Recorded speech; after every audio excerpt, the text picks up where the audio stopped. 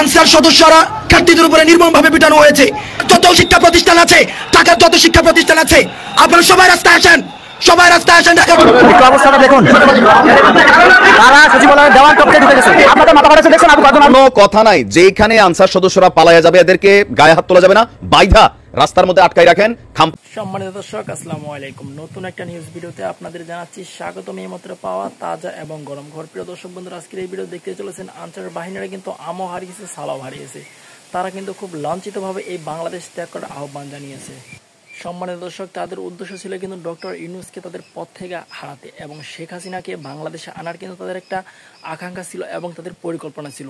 সেই পরিকল্পনা কিন্তু ভেস্তে দিয়েছে সমন্বয়কেরা এবং সারজিৎ আলম এবং হাসানাত আবদুল্লাহ। প্রিয় দর্শক বন্ধুরা, আজকের এই ভিডিওতে সম্পূর্ণ বিস্তারিতের মাধ্যমে সবকিছু দেখতে পারবেন। আশা করি ভিডিওটি স্কিপ করবেন না, সম্পূর্ণ দেখবেন। সেই সাথে যে ভিডিওর অংশ বেশি থেকে ভিডিওগুলো শুরু করেছিলাম, সেই ভিডিওগুলো আপনারা বিস্তারিতের মাধ্যমে একের পর এক দেখতে পারবেন। প্রিয় দর্শক বন্ধুরা, চলুন তাহলে এই ভিডিওতে একটি লাইক দিয়ে আমরা ধারাবাহিক সেই বিস্তারিত ভিডিওগুলো দেখে আসি। বিস্তারিত ভিডিওটি দেখার একটি রিকোয়েস্ট, যারা এখন এই চ্যানেলটি সাবস্ক্রাইব করে রাখেননি, এই চ্যানেলটি সাবস্ক্রাইব করে দিবেন, পাশে থাকে বেল আইকন বাজিয়ে রাখবেন এরকম নিত্য নতুন নিউজ ভিডিও সবার আগে পাওয়ার জন্য। প্রিয় দর্শক বন্ধুরা, চলুন তাহলে এই ভিডিওতে একটি লাইক দিয়ে আমরা ধারাবাহিকভাবে সেই বিস্তারিত ভিডিওগুলো একের পর এক দেখে আসি। খিতামাত মাতুন আপনি আফা, খিতামাত মাতুন মজাটার টাইমে আগিয়া দিল, ইতানে লাগিয়া সুস্থ হইল না, আম গেল সালা গেল, বেশি খাইতে গিয়া বাদে অল্পেল্লা গেল ফাইল না। আফা বুঝছেন নি বিষয়টা? ভাবি কই কিতারে কইতে এরকম সিলেটি ভাষায়, আমি কই বুঝছো না কথাটা, কইছে বেশি খাইতে গিয়া অল্পের নাগাল পায় নাই। দেখেন আনসার ভাইরা, আমার সাথে আপনাদের রাগ করার কিছু নেই। আমার ইনবক্সে অনেকে অনেক মেসেজ পাঠিয়েছেন, আমি দেখেছি। আমি বরাবরই বলি আপনাদের আন্দোলনটা যৌক্তিক, কিন্তু টাইমিংটা রং টাইমিং ছিল। আপনারা দেখছেন সারা বাংলাদেশের অবস্থাতে এখন ফাইনালি কি হচ্ছে দেখছেন, খবর পান নাই, এবার একে একে খবর নিতে থাকেন। আজকে আমরা দেখলাম যে গতকালকের ঘটনার জেরে আনসাররা গুলি চালিয়েছে। আমাদের প্রথম সারির গণমাধ্যমগুলো এই তথ্য বলছে। পাশাপাশি প্রথম ধাপে তারা অনেকটা গুন্ডামিভাবে থাকলেও সেনাবাহিনীর গাড়িতে হাত দেওয়া, হাসনাত আহত হয়ে হাসপাতালে ভর্তি হওয়া, এরপরে আজকে সারা রাত দেখছেন তো কি হয়েছে, পরিস্থিতি কোন দিকে যাচ্ছে। আমি যখন নিউজ করছি তখনও আপনার রাজু ভাস্কর্যের সামনে সার্জিসের নেতৃত্বে বৈষম্য বিরোধী ছাত্র আন্দোলনের যারা সমন্বয়ক আছেন, আম জনতা আছেন, তারা পাহারায় আছেন, কারণ তারা একটা সিদ্ধান্ত নিতে যাচ্ছে। কঠোর হুঁশিয়ারি দেওয়া হয়েছে। আপনারা যেটা গতকালকে পাইছিলেন, মিনিমাম লেভেলে যেটা পাইছিলেন, রেস্ট প্রথা যেটা বাতিল হয়েছিল, মানে আনসার সদস্যরা যতদূর আমি জানি তারা সারা বছর চাকরিতে থাকে না, সম্ভবত 6 মাস তারা চাকরি পায়, আবার 6 মাস তারা মানে বসে থাকতে হয়। আমি একদিন বলছি যে এটা হইতে পারে না, কারণ এই মানুষগুলোর পরিবার আছে, তাদের খাওয়া দাওয়া জরুরি, সুতরাং তাদেরকে পার্মানেন্ট করা হোক।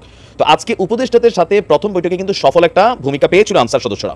তো ভূমিকাটা পাওয়ার বিষয়টা কি ছিল, রেস্ট প্রথাটা যেটা তাদেরকে বসায় রাখতো ওইটা বাতিল, বাট তাদের দাবি ছিল জাতীয়করণ, সরকারিকরণ। আজকে পুলিশের মতন অথবা অন্যান্য যে সশস্ত্র বাহিনীগুলো আছে তাদের মতন তারা অধিকার নেওয়া, অতিরিক্ত করে সচিবালয়ে দৌড়াদৌড়ি মারামারি। এবার ফাইনাল আসেন, আজকের পরে যদি বাংলাদেশের আনসারের কোনো সদস্য কোনো জায়গায় কু করার চেষ্টা করেন, আমি তো বলি যে আনসারদের একদম হাই অথরিটিজে যারা আছে এদের মধ্যে অনেকেই আমার ধারণা ভারতের র কর্তৃক প্রভাবিত, নয়তো যে ভাইরা মাঠে আসছেন আটক হওয়ার পরে দেখছেন তো তাদের সরল বক্তব্য, গরিব মানুষ ভাই, চাকরিটার জন্য তারা গেছে, কিন্তু ওইখানে গিয়ে যে স্টেপ 2টা ঘটবে এটা তারা ভাবে নাই।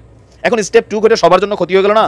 এখন কি বলা হয়েছে, সচিবালয় ঘেরাওকে কেন্দ্র করে আনসার সদস্যদের সঙ্গে যে ধাওয়া পাল্টা দেওয়ার ঘটনা ঘটেছে, হাসনাত 40 জন আহত হয়েছে, আর কালকে যে ঘটনা ঘটেছে এটাকে আনসার কু হিসাবে উল্লেখ করা হয়েছে, এবং কি আগামী দিনে, এটা মানে আজকের কথা বলে নাই, সামনের দিনগুলোতে কোনো ধরনের আনসার কুর বা অভ্যুত্থানের যদি চেষ্টা করা হয় তাহলে ভয়াবহ পরিণতির হুঁশিয়ারি দিয়েছেন।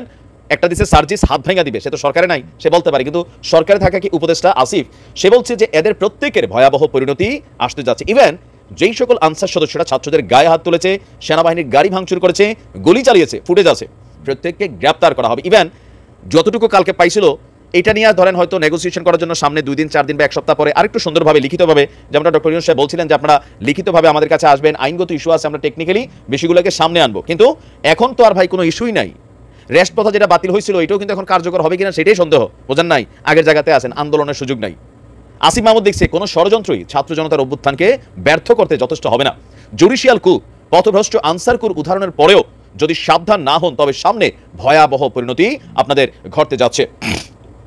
তবে বর্তমানে আর একটা খেলা শুরু হয়ে গেছে, যাই ঘটে আওয়ামী লীগ সরকার যেমন বলতো বিএনপি জামাত বিএনপি জামাত বিএনপি জামাত, এখন দেখেন ভাই যাই ঘটে বলা হয়ে থাকে যেটা আওয়ামী লীগ যুবলীগ ছাত্রলীগ তারা এগুলা করতেছে। এখন আওয়ামী লীগ কি মানে এত আনসারও হয়ে যায়, কখনো ডাকাইতের বেশি নাকি ঘুরে, কি যে ভাই কি এগুলা কিন্তু আবার সঠিক না, ঠিক আছে, এটা বেশি দিন শুনলে আবার ভালো লাগবে না। এখন বাংলাদেশে যাই ঘটতেছে ঘুরাফিরা খালি বারবার আওয়ামী লীগের কথা আসতেছে, যুবলীগের কথা আসতেছে, বাট আমার মনে হয় এখানে যেটা ঘটনাটা ঘটে একদম মাথা পর্যায়ে মাথাগুলোরই সাইজ করতে হবে। প্রত্যেকটা সেক্টরে যে মাথাগুলোতে আছে অধিকাংশই এরা ভারত কর্তৃক প্রমোটেড, ভারতের সাথে এদের কানেক্টিভিটি আছে, এমনকি আমরা যতদূর শুনেছি বিভিন্ন যে নিয়োগগুলো ছিল সেখানেও ভারতের একটা সম্মতির ইস্যু থাকতো। আমাদের কি বলা যায় সাবেক প্রধানমন্ত্রী শেখ হাসিনার সরকারে এরকম অনেক ঘটনা নাকি ঘটছে। তো এখন আপনারা কি পাইলেন, যে রেস্ট প্রথাটা পাইলেন এটাও কোনো গ্যাজেটেড হয় নাই, বুঝেন নাই? কালকে একটা আলোচনা হয়েছিল সুন্দর, কিন্তু এরপরে যেটা করছেন এটার পরে কি এটা গ্যাজেটেড হওয়ার সুযোগ আছে? আর যদি মনে করেন আমরা মাঠে নামো 20-30 হাজার মানুষ এক হয়েছে, পোলা পাইন ঘুমাই গেছে, দেখছেন তো নমুনাটা, ত্রাণের কাজ ত্রাণ চলতেছে, কিন্তু বাটামের কাজ দেওয়া লাগলে কোনো সমস্যা হবে না।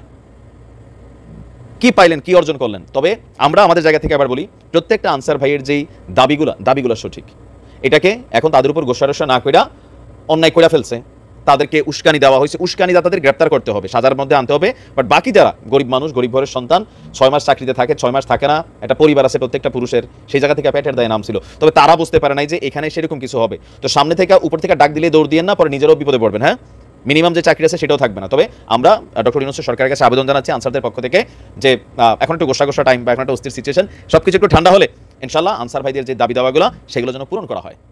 আনসার সদস্যের নামে, তাদের দাবি দাওয়া পূরণের নামে দেশে একটা অস্থিতিশীল এবং অরাজক পরিস্থিতি তৈরি করার চেষ্টা হবে, এটা আমরা বুঝতে পারছিলাম।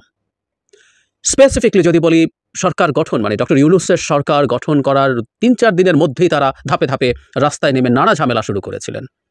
সেই ঝামেলা যে একটা পর্যায়ে এখানে আসবে আমরা বুঝতে পারছিলাম, এবং গতকাল সারাদিন এবং বিশেষ করে রাত পর্যন্ত যা গড়ালো তাতে এটা খুব স্পষ্ট একটা বাজে ধরনের সংকট তৈরির চেষ্টা ছিল। সফল হয়নি সেটা শেষ পর্যন্ত, কিন্তু যেভাবে এটা হলো, যেভাবে আমরা ম্যানেজ করলাম, এভাবে ম্যানেজ করায় আমি কিছু আশঙ্কা দেখি, সেগুলো নিয়ে কথা বলতে চাই। কিন্তু এটা যে একটা চক্রান্ত, এটা নিয়ে আমাদের কারোর নিশ্চয় কোনো রকম ন্যূনতম কোনো কনফিউশন থাকার কারণ নেই। আমরা জানি, এটা পরে পত্রপত্রিকায় এসছে, খুব আলোচিত একটা বিষয়। 1991 সালে শেখ হাসিনা যখন বেগম খালেদা জিয়ার নেতৃত্বাধীন বিএনপির কাছে পরাজিত হন নির্বাচনে, এরশাদ পতনের পর, শোনা যায় আওয়ামী লীগ নাকি তাদের মন্ত্রিসভাটাও রীতিমতো গঠন করে বসেছিল, কিন্তু তারা হেরে গিয়েছিল। এতই তারা শকড হয়, শেখ হাসিনা প্রকাশ্যে সংসদে দাঁড়িয়ে বলেছিলেন, এই সরকারকে একদিনের জন্য শান্তিতে থাকতে দেব না। শেখ হাসিনা আসলে ক্ষমতায় না থাকলে কাউকে একদিনের জন্য শান্তিতে থাকতে দেবেন না, দিস ইজ হার অ্যাটিটিউড। আর 91 শেখ হাসিনার সাথে 2024 শেখ হাসিনার আকাশ পাতাল পার্থক্য আছে। সে সময়ও তিনি ন্যূনতম ছিটে ফোটা যতটুকু মানুষ ছিলেন, যতটুকু গণতান্ত্রিক মন মানসিকতা ছিল, তার কিছুই আর অবশিষ্ট নেই। আপাদমস্তক হিউব্রিস সিনড্রোমে আক্রান্ত একজন ভয়ঙ্কর মাফিয়া শাসক। ফলে তাকে যখন ক্ষমতার থেকে ছেড়ে পালাতে হয় ভারতে, বিরাট সক্ষমতা দেখানো, বিরাট পাওয়ারফুল নেতা অ্যাটিটিউড দেখানো শেখ হাসিনাকে যখন পালাতে হয়, তার ইগো হার্ট হয়। সুতরাং তিনি সর্বোচ্চ চেষ্টা করবেন যেভাবেই হোক এই সরকারকে ডিস্টেবিলাইজ করা যায়।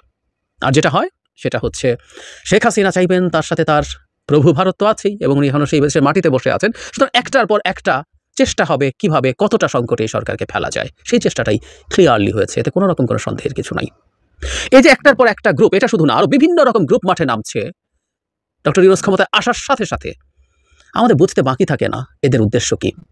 একটা সরকার ক্ষমতায় এসছে, যে সরকার ইভেন স্বাধীন হবার পরও আমাদের দেশের থানাগুলো থেকে পুলিশ পালিয়ে যায় নাই, এরশাদের সময় তো নাই, একটা পুলিশ ছিল না এই দেশে দিনের পর দিন। এখনো পুলিশ দায়িত্বে আসার পরও সেই অর্থে তার পূর্ণ সক্ষমতা নিয়ে কাজ শুরু করতে তারা পারেনি নানা রকম কারণে। সেরকম একটা সরকারের 2 সপ্তাহ যেতে না যেতেই এই পরিস্থিতি তৈরি করা। আর এই দাবি দাবার নামে এগুলো তো শুরু হয়েছে দায়িত্ব নেওয়া 2-3 দিনের মধ্যে থেকেই। ফাজলামও আমরা বুঝি, এবং একটা সীমা থাকা দরকার আছে। নানান রকমভাবে এগুলো চলছে। যে সরকারটা মাত্র এসছে, তাদের কাছে দাবি দেওয়া জানানো এবং কেন জানানোর চেষ্টা, যে সরকারের পায়ের নিচে এখনো খুব শক্ত মাটি নেই। শক্ত মাটি এই অর্থে যে প্রশাসন, জনসমর্থনের শক্ত মাটি আছে, এটা একটা মারাত্মক রকম ক্ষয়ক্ষতি হওয়ার, মারাত্মক রকম রক্তপাতের মধ্য দিয়ে একটা গণ অভ্যুত্থানে গঠিত সরকার। এই রাষ্ট্রের সবাই এর সাথে আছে, আওয়ামী লীগের হয়ে হালুয়া রুটি খাওয়া লোক এবং তাকে ক্ষমতায় থাকতে সাহায্য করা সরকারের বিভিন্ন পর্যায়ের লোকজন ছাড়া সবাই আছে। কিন্তু যে মাটি নাই বলতে যে একটা রাষ্ট্রযন্ত্র আছে, তার উপরে নিয়ন্ত্রণ প্রতিষ্ঠা এখনো পুরোপুরি হয়ে ওঠেনি, ফলে তাকে ডিস্টেবিলাইজ করার চেষ্টা সবাই করছেন। ডক্টর ইউনূস গতকালই তার প্রথম ভাষণ দিয়েছেন, সেটা নিয়ে আমি আলাদাভাবে বিস্তারিত অ্যানালাইজ করবো। ইনফ্যাক্ট আনসারের ঘটনাটা না হলে হয়তো এখনই সেই ভিডিওটা দিতাম, কিন্তু আমি আবার পরে দিচ্ছি সেটা। কিন্তু ওখানে উনি একটা খুব সুন্দর কথা বলেছেন এই দাবি দাওয়া চাওয়া নিয়ে। বলছেন, একটা সরকার যখন আসে, দীর্ঘদিন এই দেশে যখন মানুষের ম্যান্ডেটহীন সরকার ছিল, যারা জনগণের কথা শোনেনি, সেই সময় মানুষের মধ্যে নানা রকম অপ্রাপ্তির বোধ, বঞ্চনা হতে পারে, এটা সম্ভাবনা আছে, এবং সেটা জানানোও যাবে নতুন সরকারকে। কিন্তু উনি বলছেন সেটা এখনই এভাবে রাস্তা বন্ধ করে না।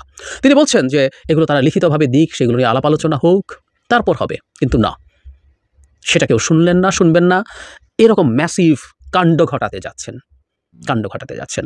আজ যা হলো, সেখানে আমরা মিস্টার সার্জিসের বক্তব্য শুনলাম। ওই ঘটনার পর সার্জিস কথা বলেছেন, উনি খুব চমৎকারভাবে ব্যাখ্যা করেছেন। আমরা নিউজও পেয়েছি এটা। সেটা হচ্ছে আনসাররা যখন আজকে সচিবালয় ঘেরাও করছেন, দীর্ঘ একটা সময় তারা সচিবালয় পুরো ঘেরাও করে রেখে দিয়েছেন, সচিবালয় থেকে কাউকে বের হতে দেননি। ওর মধ্যে উপদেষ্টারা তো ছিলেনই, এই আন্দোলনের সমন্বয়করা ছিলেন, এবং একজন সমন্বয়ক যারা ভাসনাথকে আমরা আহত হতেও দেখেছি।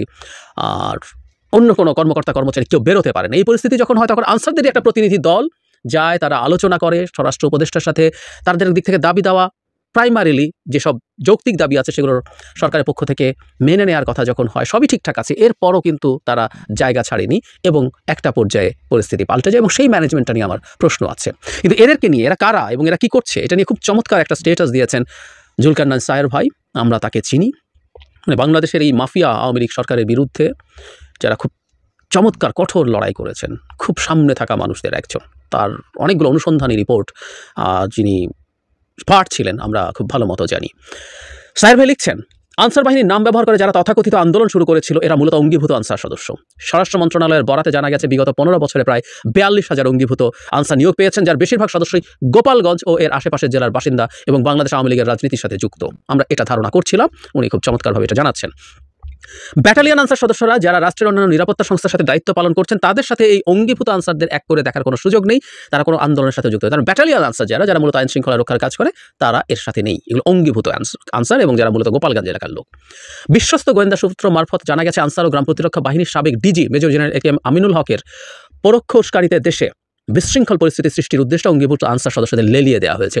এই ডিজি, আমি যদি ভুল না করে থাকি, আওয়ামী লীগের নেতা, ছাত্রলীগের নেতা এনামুল হক শামীম, যিনি গত ডামি সরকারের মন্ত্রীও ছিলেন, তার ছোট ভাই।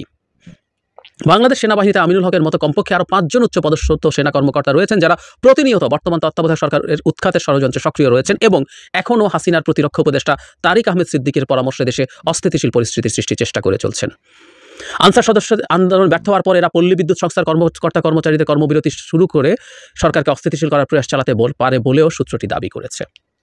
ভেরি ইন্টারেস্টিং, একটার পর একটা আসতেই থাকছে এবং খুব চমৎকারভাবে উনি কারণটা বলেছেন। আমরা বুঝতে পারি ব্যাপারগুলো আসলে এই রকম কিছুই ঘটছে। এখন এখানে ম্যানেজমেন্ট নিয়ে একটু বলি। আনসাররা, আমি ভুল না করলে ডক্টর ইউনূস তার দায়িত্ব গ্রহণের 3-4 দিনের মাথাতেই প্রথম তারা শুরু করে দিয়েছেন রাস্তায় দাঁড়ানোর। হাইকোর্টের ওখানে দাঁড়িয়েছেন, প্রথম সংখ্যা এত বেশি ছিল না, ধাপে ধাপে তাদের সংখ্যা বেড়েছে।